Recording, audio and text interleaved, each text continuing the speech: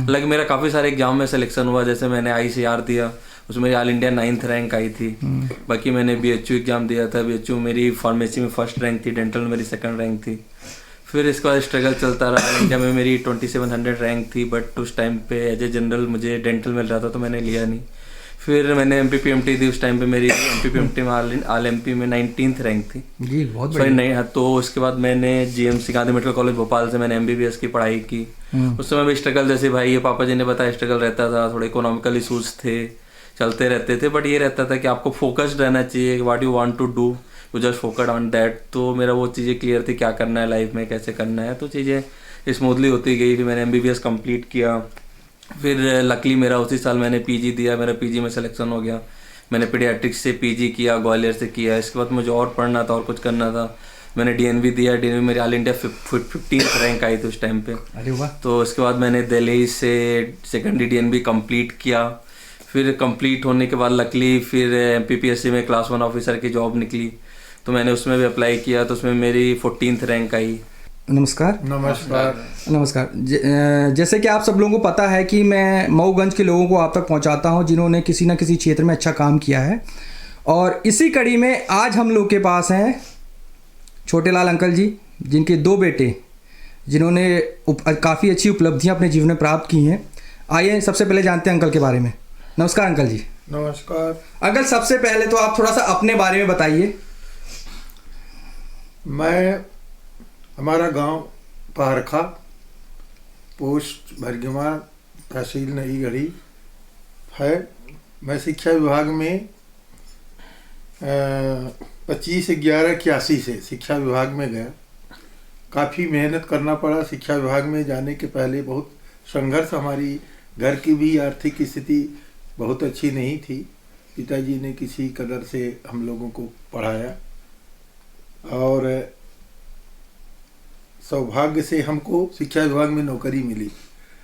और जब मुझे शिक्षा विभाग की नौकरी मिली तो मैं शिक्षा विभाग को अपना कर्म भूमि मान करके अपनी ईमानदारी के साथ बच्चों को पढ़ाया, जो भी मुझे दायित्व मिला। और संघर्ष करते करते करते आज मैं यहाँ तक पहुँचा हूँ कि हमारे बच्चे भी ईश्वर की कृपा से और अपनी मेहनत से आज अपने जगह पर जहाँ पर उनको पहुँचना था पहुँचे हैं। अंकल जी, हमने देखा है कोरोना काल के टाइम में जब सब स्कूल बंद थे, आप वेतन ले रहे थे। आपका कहना था कि मैं तभी बच्चों को पढ़ाऊंगा, तो आप वो थोड़ा बताएंगे वो कैसा था? नहीं, ऐसा था कि चूंकि शासन के निर्देश थे कि स्कूल पूरी तरह से बंद रहेंगी, और स्कूल बंद रहेगी तो बच्चों की पढ़ाई को ऑनलाइन पढ़ाई से जोड़ा गया था। हमारे विद्यालय में पढ़ने वाले नन्हे मुन्ने जो बच्चे थे, उनके पास ये साधन सामग्री उपलब्ध नहीं थी। उनके पास एंड्रॉयड फोन नहीं था सबके पास में, और चूंकि निम्न तबके के लोग जो को साधन विहीन थे वो हमारे विद्यालय में एडमिट थे। तो हमने सोचा कि ये ऑनलाइन एजुकेशन तो हम बच्चों को दे नहीं पाएंगे, और विद्यालय में पढ़ाने के लिए शासन का निर्देश था कि आप विद्यालय संचालित नहीं करेंगे।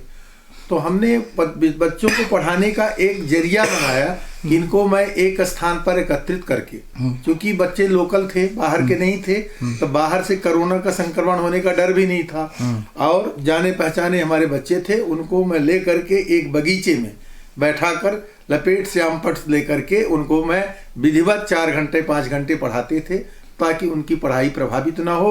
और चूंकि सरकार मुझे उसका वेतन भी दे रहा है, तो उस वेतन का भी हम उपयोग करेंगे। भाई, हम कुछ करके शासन से लें, इसलिए हम अपने समय को मिथ्या नहीं गंवाया और बच्चों को पूरा का पूरा समय कोरोना पीरियड में दिया।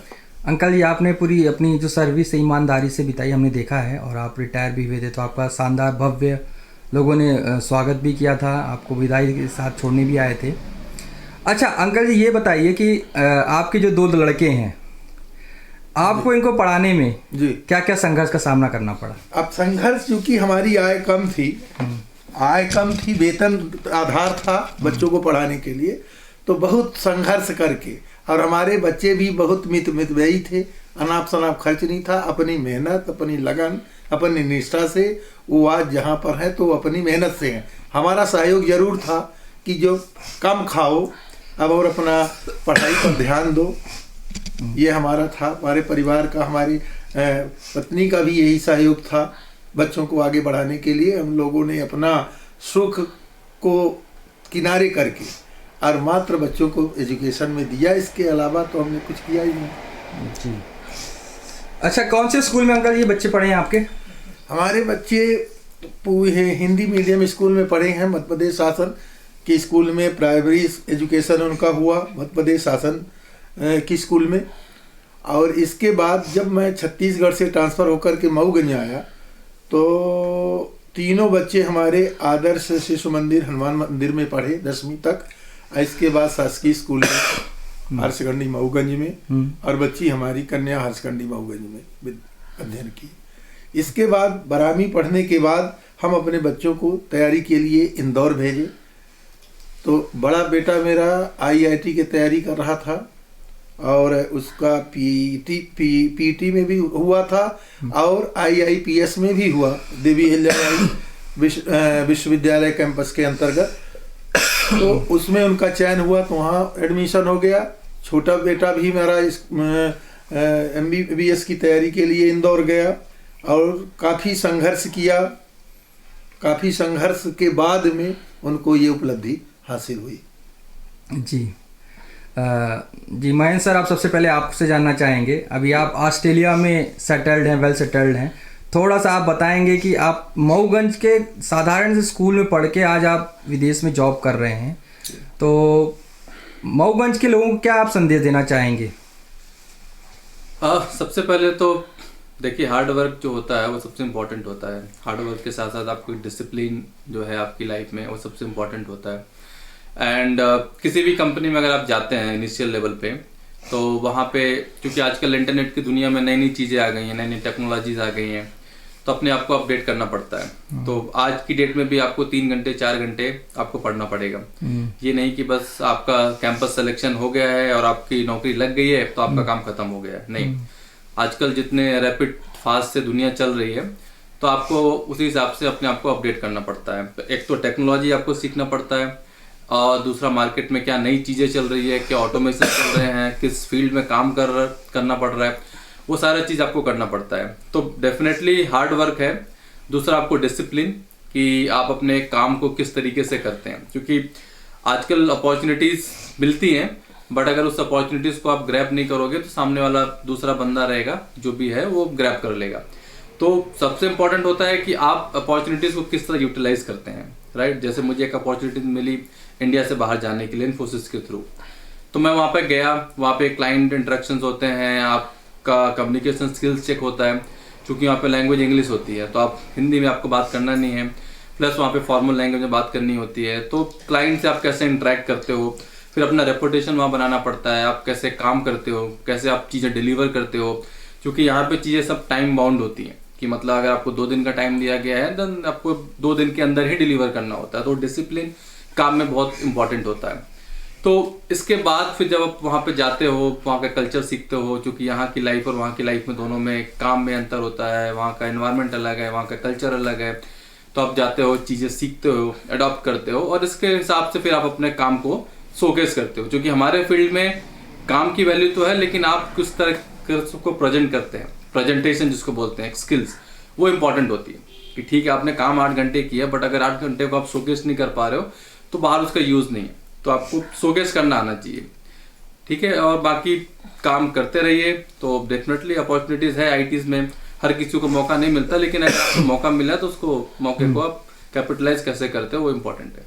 अच्छा, ये मऊगंज के जो गांव के पढ़े लिखे लोग हैं, जिनको उनके दिमाग में बैठा था कि हम तो गांव के पढ़े हैं, ज़्यादा तेज नहीं है, जैसे आप बहुत बड़े उदाहरण की, गांव से ही पढ़ के आज आप ऑस्ट्रेलिया में जॉब कर रहे हैं, इंग्लिश वहाँ बोलते होंगे, तो वो अपने को इम्प्रूव कैसे करें यहाँ के लोग?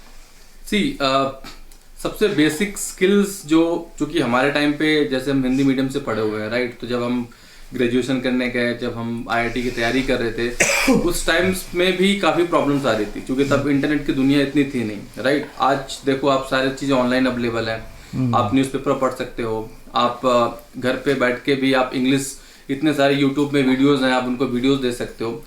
तो इंग्लिश बोलने का मतलब ये नहीं होता है कि आपको बहुत हाई फाई इंग्लिश बोलना आना चाहिए, राइट। एक कम्युनिकेशन स्किल जो होती है, कम्युनिकेशन स्किल्स में आपको कम्युनिकेट करना आना चाहिए, लाइक आप क्या बोलना चाह रहे हो सामने वाले को वो समझ में आना चाहिए। बहुत सारे लोग ये सोचते हैं कि नहीं, जब तक हम हाई फाई इंग्लिश के वर्ड यूज नहीं करेंगे, जब तक हम हाई फाई ग्रामर्स यूज नहीं करेंगे, तब तक हम नहीं बोल पाएंगे। वो एक जो हमारा मेंटेलिटी बन गया है, जो हमारा माइंडसेट बन गया है, वो चेंज करना है, ठीक है। बाहर भी आप देखो, जो भी कोई भी चाहे वो अमेरिका का हो, ऑस्ट्रेलिया का हो, ग्रामेटिकली इतना ध्यान नहीं देते, राइट। वो क्या कम्युनिकेट करना चाह रहे हैं वो आपको समझ में आना चाहिए। और दूसरा चीज रहता है एसेंट, थोड़ा सा बाहर के लोगों का थोड़ा सा डिफरेंट रहता है, तो उसके लिए आप यूट्यूब वगैरह में वीडियोस वगैरह देखो। और सबसे बड़ी बात है प्रैक्टिस। आपको क्लियर नहीं होना चाहिए अंदर से कि मैं जो बोल रहा हूँ गलत बोल रहा हूँ, ठीक है, आप गलत भी बोल रहे हो, ठीक है, but at least you are trying something. आप जब ट्राई करोगे, 2 बार गलत बोलोगे, 4 बार गलत बोलोगे, 6 बार गलत बोलोगे, तो चीजें पढ़ो, न्यूज़पेपर पढ़ो, आर्टिकल पढ़ो, इंग्लिश में बुक्स पढ़ो, नॉवल पढ़ो, आपको अगर नॉवल में इंटरेस्ट है आप नॉवल पढ़ो, और इंटरव्यूज वगैरह देखो, जो भी सेलिब्रिटीज रहते हैं, जो भी बाहर के लोग रहते हैं, आप उनका इंटरव्यू देखो और बिल्कुल सीख सकते हो। इंग्लिश कोई रॉकेट साइंस तो है नहीं। अब चूंकि हम हिंदी बोलते हैं तो हम हिंदी की यूज टू है, आप इंग्लिश बोलना स्टार्ट कर दो, 4-6 महीने के बाद आप देखो आपके कम्युनिकेशन स्किल्स इंप्रूव हो जाएगी।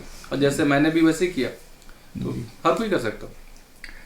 जी, आप मऊगंज जिला बन गया है, तो आप यहाँ पे विकास की क्या संभावना देखते हैं? बिल्कुल, जिला बन गया है, बहुत सारे आईटी के अपॉर्चुनिटीज क्रिएट होंगे यहाँ पे, आईटी इंफ्रास्ट्रक्चर बन सकता है, कुछ कंपनी इन्वेस्ट कर सकती है यहाँ पे आके। इन फ्यूचर मैं भी सोच सकता हूँ कुछ करने के लिए, क्योंकि मुझे बाहर का भी 10 साल का एक्सपीरियंस हो गया है, प्लस यहाँ भी एक्सपीरियंस हो गया है मुझे। तो फ्यूचर में बिल्कुल एक आईटी सेक्टर में कुछ काम बिल्कुल सोचा जा सकता है, क्योंकि आजकल सॉफ्टवेयर में इतने सारे ऑटोमेशन हो रहे हैं, इतनी सारी अपॉर्चुनिटीज बन रही है। हर सेक्टर में आप देखो तो हर सेक्टर में आपका आईटी का यूज हो रहा है। तो जिला बनने के बाद डेफिनेटली बहुत सारी अपॉर्चुनिटीज हैं, उनको एक्सप्लोर करके एंड देन इन्वेस्टमेंट के हिसाब से बहुत सारी चीजें हैं जो की जा सकती है। जी, ब्रीफ में थोड़ा सा आप अपनी फैमिली के बारे में बताएंगे जो आप? बिल्कुल, जैसा पापा जी ने बताया कि छोटी सी नौकरी थी, उसमें सैलरीड जो आप पर्सन होते हैं उनमें बाहर की कमाई तो होती नहीं है, तो जितना सैलरी मिलता है आपको उस हिसाब से प्लान करना पड़ता है कि ठीक है 5,000 इधर 5,000 उधर एंड बाकी 5,000 घर पे। तो जितने पैसे मिलते थे उस हिसाब से आपको कैलकुलेट करना पड़ता है कि ठीक है आपको 2,000 रेंट पे देना है, आप 500 रुपये का खाना, ये वो, तो सारी चीज़ें आपको कैलकुलेट करनी पड़ती है, क्योंकि जब आपके पास चीज़ें लिमिट में होती है तो आपको उस हिसाब से खर्च भी करना पड़ता है। और पापा जी के भी कुछ अनाप शनाप खर्चे थे नहीं, जो भी सैलरी मिलती थी वो पढ़ाई में चली जाती थी, क्योंकि उस टाइम पे मेरे कॉलेज की फीस भी 30,000 पर सेमेस्टर था। आज 2004-2005 की बात कर रहा हूँ, उस टाइम पे 30,000 रुपये काफ़ी मायने रखते थे, राइट। तो उसमें 30,000 पर सेमेस्टर मतलब 60,000। उसी टाइम पे लालू की भी तैयारी चल रही थी मेडिकल की, तो मेडिकल का कोचिंग का खर्चा आपको पता ही है, उस टाइम पे भी 1 लाख 1.5 लाख के आसपास तक जाता था। इसके बाद मम्मी का स्ट्रगल अलग था, सारी चीज़ें घर पे जितना हो सकता था, वेजिटेबल्स घर पे बनाना, बाहर की चीज़ें खाते नहीं वैसे भी कोई भी, तो स्ट्रगल था। वो हमें भी पता था कि घर वाले अगर स्ट्रगल कर रहे हैं तो आपको मेहनत करनी पड़ेगी, क्योंकि अटेम्प्ट आपको 1 या 2 ही मिलते हैं, और उस टाइम पे ये था कि 1 या 2 अटेम्प्ट में ही निकालना है, जो भी निकालना है। इसके बाद बाकी चीज़ें करनी है, जैसे भाई ने किया, बाद में यूजी किया, पीजी किया, स्पेशलाइजेशन किया, तो आप उसके बाद कर सकते हो। मुझे अपॉर्चुनिटीज मिली, मैंने उसी में आगे कंटिन्यू किया और उसी में बहुत सारी चीज़ें सीखा। तो वही था कि लिमिटेड पैसे थे तो आपको चीज़ें लिमिटेड तरीके से करनी पड़ती थी, और हमने भी बाहर की दुनिया में जाके ये नहीं कि बस पैसे मिले तो उसको खर्च कर दो, तो वैसा नहीं, जो भी मिला उसमें अपने आप को प्लान किया कि ठीक है इतने पैसे में यही हो सकता है, और उस हिसाब से हमने अपना पढ़ाई कंटिन्यू किया। आज की डेट में आप पूछते भी नहीं है पापा जी की सैलरी कितनी है, कहाँ खर्च करते हो, कहाँ इन्वेस्ट कर रहे हो, कहाँ पे क्या है, कोई पूछने वाला नहीं है। तो वही एक सबसे इम्पोर्टेंट होता है कि जब तक आप डिपेंडेंट हो तब तक आपको उस हिसाब से प्लान करना पड़ता है। एक बार आप अपने पैरों पे खड़े हो जाओ तो फिर कोई नहीं पूछेगा कि आप कहाँ खर्च कर रहे हो, और इसके बाद आपके सारे शौक जितने भी पूरे करने आप सारे पूरे कीजिए, जो मैं करता भी हूँ। ट्रैवल करता हूँ, एक्सप्लोर करता हूँ, बाकी सारी चीज़ें घूमता फिरता हूँ, तो अब चीज़ें काफ़ी हो रही। थोड़ा सा भाभी के बारे में बता दीजिए। तो हमारी शादी 2016 में हुई थी। वो भी क्या बोलते हैं मार्केटिंग डिपार्टमेंट में मुंबई में जॉब करती थी। उसके बाद मैं तब उस टाइम पे ऑस्ट्रेलिया में ही था, मैं यहाँ पे आया था, पापा जी ने देख रखा था, हम मिले। इसके बाद 2016 में एंगेजमेंट हुई, फिर 1 साल के बाद शादी, और इसके बाद फिर वो भी चलेंगी वहाँ पे। तो वो भी कुछ ऑनलाइन जो भी रहता है इनका online marketing course and advertisement का जॉब था, तो उन्होंने 3-4 साल कंटिन्यू किया। फिर एक हमारा बेबी हुआ 2021 जुलाई में सिडनी ऑस्ट्रेलिया में ही। तो अभी तो काफ़ी छोटा है, 2 साल का है, 2 साल की बेटी है। तो अभी तो पूरा टाइम उसके ही उसमें चला जाता है केयर टेक करने में। इसके बाद 2021, 22, 23, 24 के बाद फिर प्लान है कि क्या कहते हैं वापस से अपने जॉब में जाएगी और बस लाइफ चल रही है दोनों की बढ़िया तरीके से। जैसे कि अंकल जी, आपका एक लड़का विदेश में रहता है, एक देश में रहता है, तो आप कैसे बैलेंस करते हैं? नहीं, हमको बड़ी खुशी रहती है कि हमारे बच्चे दोनों कम्युनिकेशन बना रहता है, डेली का डेली होता रहता है। और जब हमको जैसी ज़रूरत पड़ती है हम बच्चों से बात कर लेते हैं। ऑस्ट्रेलिया वाला भी हमको इंडिया में ही दिखता है, इंडिया वाला भी इंडिया में रहता है, तो इसमें हमको दिक्कत नहीं होती। डेली हमारी बातचीत हो जाती है फ़ोन से, व्हाट्सएप से, तो मुझे बड़ी खुशी होती है कि बच्चों से हम बात कर लिए। जैसे कि आपके छोटे बेटे मनीष जी, थोड़ा सा आप बताएंगे आपके अपने बारे में, कैसा आपका स्ट्रगल रहा, कहाँ से आपने पीएमटी की और क्या रैंकिंग ली और कैसे आपने स्ट्रगल करते हुए आज? मेरी भी 12th है यहीं से मोगन हायर सेकेंडरी स्कूल से पढ़ाई किया। जैसे सब हिंदी मीडियम वालों को होता है, स्टार्ट में काफ़ी स्ट्रगल रहता है, इंग्लिश मीडियम की बुक पढ़नी होती है, शुरू में समझ में नहीं आता है। तो पीएमटी मैंने 3 ड्रॉप लिए, तीनों मैंने इंदौर से तैयारी किया। शुरू के 1-2 साल तो समझ में नहीं आ रहा था क्या चल रहा है, कैसा चल रहा है, बस पढ़ते रहते थे। बस यही मोटो था कि पढ़ना है, बस पढ़ना है। मतलब पढ़ते रहोगे तो hard work is key for any success, that is the mantra. बस उसी को फॉलो करते थे, बस पढ़ते रहते थे, लगे हुए थे। जी, थोड़ा सा आप अपने अचीवमेंट के बारे में बताइए।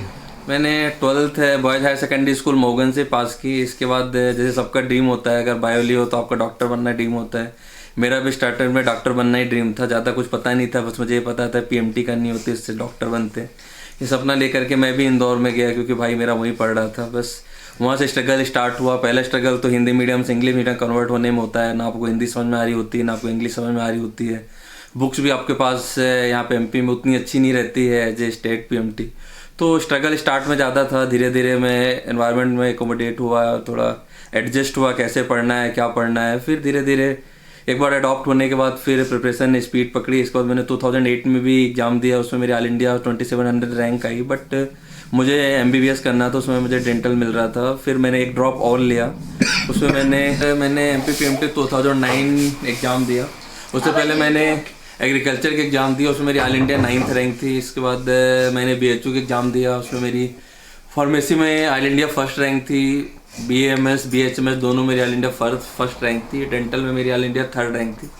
बट जैसे मेरा ड्रीम था MBBS करना, तो मैंने BHU के बाद सीट नहीं लिए, मैंने फिर से एग्ज़ाम प्रिपेयर किया। मेरा उसी साल MPPMT में 90th रैंक आया, 90th रैंक आया। उसके बाद मैंने MBBS की पढ़ाई स्टार्ट की, गांधी मेडिकल कॉलेज भोपाल से किया मैंने। उसमें भी स्ट्रगल काफ़ी रहते थे थोड़ा। फिर MBBS की पढ़ाई मैंने GMC से स्टार्ट की, जैसे बताया था। पढ़ाई ठीक ठाक चल रही थी, बैलेंस बनाना होता आपको प्रोफेशनल लाइफ पर्सनल लाइफ में, थोड़ा स्ट्रगल रहते हैं, थोड़ा इकोनॉमिकल इशू भी था, भाई भी पढ़ रहे थे, तो सब तरीके से चल रहा था। एनी हाउ गाड़ी ठीक चल रही थी, पढ़ाई में फोकस था, आपको क्या करना है। मतलब लाइफ में सबसे बेस्ट पार्ट होता है कि you know what you want to do. जब तक आपका एम क्लियर नहीं रहेगा तो आप लाइफ में कुछ नहीं कर सकते। जैसे मेरा एम क्लियर था, मैंने जैसे MBBS की पढ़ाई कंप्लीट की, उसके बाद मुझे ये था कि आपको पोस्ट ग्रेजुएशन करना ही है, तो मैंने उसके लिए प्रिपरेशन स्टार्ट किया। बट लकली मुझे काफ़ी जल्दी इंटर्नशिप के साथ ही कहें कि मुझे PG मिल गया। मैंने पीडियाट्रिक्स से PG ग्वालियर में की। PG कंप्लीट करने के बाद जैसे एक सबका सपना होता है एज ए मेडिकल फील्ड का, आपको दिल्ली में काम करना होता है, दिल्ली मेडिकल कॉलेज या आप दिल्ली आपका ड्रीम होता है। इसको देखते हुए मैंने DNB की एग्ज़ाम दिया। उस टाइम पे मेरी ऑल इंडिया 18th रैंक थी, MP में मेरी फर्स्ट रैंक थी। इसके बाद मैंने सेकेंडरी DNB स्टार्ट किया, मैंने दिल्ली से सेकेंडरी DNB कंप्लीट किया। इसके बाद मैंने 4-5 साल दिल्ली में प्रैक्टिस किया। उसमें लकली MPPS, तो फिर लकली दिल्ली में मैं प्रैक्टिस कर रहा था, 3-4 साल मैंने प्रैक्टिस की। फिर लकली उस समय MPPSC का एग्ज़ाम निकला, एज ए स्पेशलिस्ट एग्ज़ाम निकला था, जो क्लास 1 ऑफिसर्स का एग्ज़ाम था। तो मैंने उसके लिए अप्लाई किया एज ए पीडियाट्रिक स्पेशलिस्ट। तो उसमें मेरी ऑल MP में मेरी 14th रैंक थी। उसके बाद मैंने डिस्ट्रिक्ट हॉस्पिटल कटनी में as a paediatric specialist join किया। इस तरह की मेरी जर्नी भोपाल से, इंदौर से स्टार्ट होके वाया भोपाल, ग्वालियर, दिल्ली, देन फिर लौट के मध्य प्रदेश में आ गया। अब अभी मैं कटनी में पोस्टेड हूँ। जी, जैसे कि हमें पता चला आप बच्चे के डॉक्टर हैं और आपकी वाइफ मैडम जी हैं वो गायनो हैं, तो कैसे आप लोग के बीच में अंडरस्टैंडिंग रहती है? बस सबसे बेस्ट अंडरस्टैंडिंग पीडियाट्रिक्स और गायनेकोलॉजिस्ट में ही रहती है, because they mostly work together, so उतना प्रॉब्लम नहीं होता, अंडरस्टैंडिंग भी है। जैसे वो गायनेकोलॉजिस्ट हैं तो अपन दोनों का ठीक है, पर्सनल लाइफ प्रोफेशनल लाइफ दोनों बैलेंस रहता है, बिकॉज जहाँ भी गायनी जाती है वहाँ पीडियाट्रिक्स रहता है, जहाँ पीडियाट्रिक्स रहती है गायनी रहता है, इसलिए वर्क बैलेंस में कोई प्रॉब्लम नहीं है, सब चीज़ें बढ़िया चल रहा है। वो भी वो कटनी में ही है, वो प्राइवेट जॉब कर रही है, जो कंसल्टेंट गायनेकोलॉजिस्ट कर रही हैं, तो ठीक है, अच्छा चल रहा है। तो भविष्य में क्या आप लोगों का मऊगंज में कोई नर्सिंग होम खोलने का प्लान? हाँ, भविष्य में मेरा नर्सिंग होम खोलने का बिल्कुल प्लान है, प्लान कर रहा हूँ मैं। थोड़ा मेरा भी यही मोटो था कि मैंने मऊगंज से गेन किया है, तो अब इट्स टाइम टू पे बैक, तो मेरा भी प्लान है मऊगंज में, बट थोड़ा अभी 2-3 साल का मोस्ट ऑफ टाइम है, अभी थोड़ा सा मैं टाइम देख रहा हूँ, एक बार प्रॉपर डिस्ट्रिक्ट हॉस्पिटल बन जाए, थोड़ा फैसिलिटीज़ थोड़ा इम्प्रूव हो, तो ऑब्वियस सी बात है मेडिकल मऊगंज के लिए मेडिकल एक हब है, क्योंकि अभी मोस्टली मऊगंज के लोगों को कुछ भी प्रॉब्लम होती है तो या तो इलाहाबाद जाते हैं, या तो बनारस जाते हैं, या तो रीवा जाते हैं, पर से मऊगंज में कोई फैसिलिटी अवेलेबल नहीं है। मऊगंज की पॉपुलेशन इतनी ज़्यादा होने के बाद भी वेल क्वालिफाइड अपन ऐसे बोल सकते हैं जो एक छत के नीचे इलाज मिल सके, अभी बहुत ही ज़्यादा अभाव है, और वो दिखता है हर चीज़ों में दिखता है, चाहे बच्चों की मोर्टिलिटी देख लें या मदर की देख लें, तो वो एक मेरे मन में एक चीज़ें रहती हैं कि नहीं, हमने जिससे इतना सारा लिया है तो टाइम है कि इस टाइम टू पे, तो है फ्यूचर में प्लान बिल्कुल है।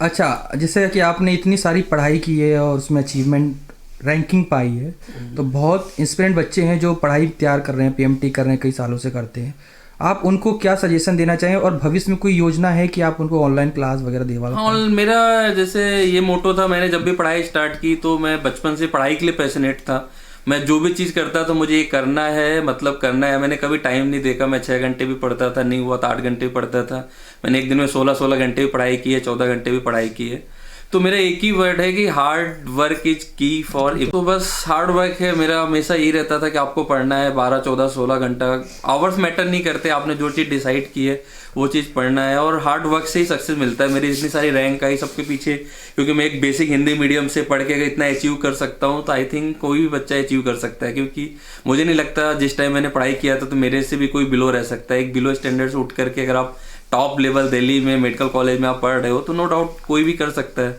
बाकी मेरा हमेशा रहता है, जो भी बच्चा रहता है मेरे से मोटिवेट, जो भी पढ़ना चाहे, हमेशा से रहा है कि जो भी बच्चा पढ़ना चाहे तो पर्सनली तो मैं हमेशा गाइड करता रहता हूँ। मैं मेडिकल कॉलेज में जब से मैंने स्टार्ट किया तब से लेकर मैंने तो दिल्ली में MBBS वाले बच्चों का क्लास भी लेता था, उनको मैंने क्लास में भी काफ़ी पढ़ाता था, मोटिवेट भी करता रहता था। बाकी मऊगंज के लोगों के लिए तो बहुत ही मोस्ट वेलकम, अगर कोई बच्चा कभी भी मेरे से कुछ पूछना चाहे, PMT की कैसे तैयारी करना है, लाइफ में क्या करना है, कैसे करना, पर्सनली तो मैं हमेशा पढ़ाते ही रहता हूँ। बाकी फ्यूचर में प्लान है अगर सब ठीक रहा तो बिल्कुल क्लास ले सकते हैं। बाकी मेरा तो ये है कि आपको कभी भी कोई भी डाउट हो आप कभी भी आके पूछ सकते हैं, कैसे पढ़ना है, क्या करना है, I am always there to support you, तो वो चीज़ तो हमेशा रहता है मेरा। थैंक यू सो मच, और हम यही चाहेंगे कि आप जल्दी मऊगंज में आएँ और अपना नर्सिंग होम खोलें और यहाँ के लोगों को सुविधाएं दें। बिल्कुल, धन्यवाद। हमारी भी यही उम्मीद है, आशा है कि मम्मी पापा सबकी दुआ से, कृपा से बहुत जल्दी हो सकता है हॉस्पिटल खोल लें, प्लान तो हमारा यही है, बाकी सब ऊपर वाले के ऊपर है। बाकी ये मेरे यही मऊगंज जनता के लिए रहेगा कि बिल्कुल बच्चे बिल्कुल हार्ड वर्क करें, अच्छे से पढ़ें, आजकल काफ़ी अपॉर्चुनिटीज़ है, अगर आप हार्ड वर्क कर रहे हो डेफिनेटली आप अपने कैरियर में पीक पे जाओगे। और हेल्थ के लिए हमारा यही है कि हम कोशिश कर रहे हैं जहाँ तक हो सके मऊगंज की जनता को काफ़ी जल्दी अच्छे स्तर की, जो इलाहाबाद, बनारस या रीवा ऐसी जगह भाग रहे हैं, तो वो फैसिलिटी मऊगंज में प्रोवाइड हो। जो मैंने दिल्ली में जो भी सीखा है, मैंने अपने कैरियर में जो भी किया है, उसका लाभ मऊगंज की जनता को मिले, यही मेरी उम्मीद है, यही मेरी वही मेरा प्रॉमिस रहेगा आपके लिए कि हाँ बिल्कुल मैं करूँगा आने वाले समय में, वही उम्मीदें रहेंगी। आपको जाते जाते लास्ट में happy new year. Thank you, आपको भी हैप्पी न्यू ईयर, मेरी तरफ से सभी मऊगंज वासियों को हैप्पी न्यू ईयर।